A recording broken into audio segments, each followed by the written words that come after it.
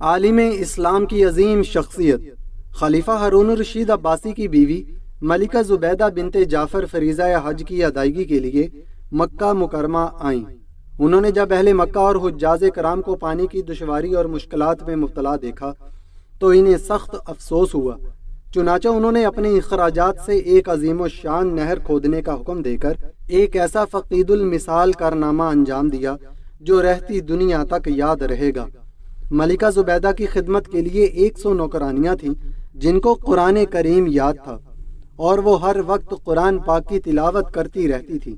ان کے محل میں سے قرت کی آواز شہد کی مکھیوں کی بن بناہٹ کی طرح آتی رہتی تھی۔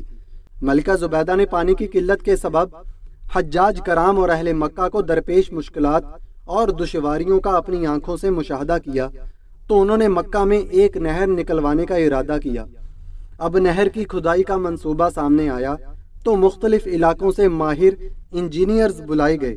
مکہ مکرمہ سے 35 کلومیٹر شمال مشرق میں وادی حنین کے جبال تاد سے نہر نکالنے کا پروگرام بنایا گیا۔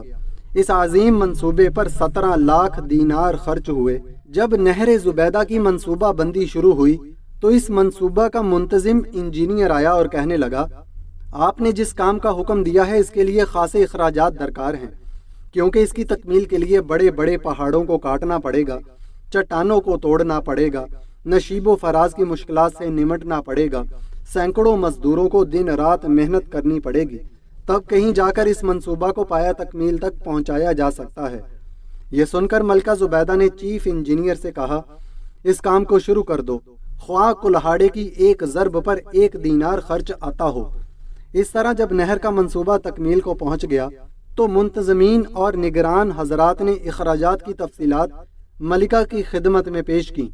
اس وقت ملکہ دریائے دجلہ کے کنارے واقع اپنے محل میں تھیں۔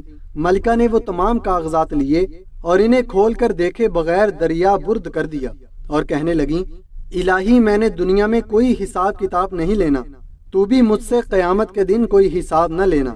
اس کے علاوہ تاریخ میں بہت سے واقعات ہیں ملکہ زبیدہ کے، مگر ہماری آج کی نسل اپنے ماضی کی طرف دیکھنا گوارا ہی نہیں سمجھتی۔ اللہ کریم ان کی قبر کو نور سے منور کرے، آمین یا رب العالمین۔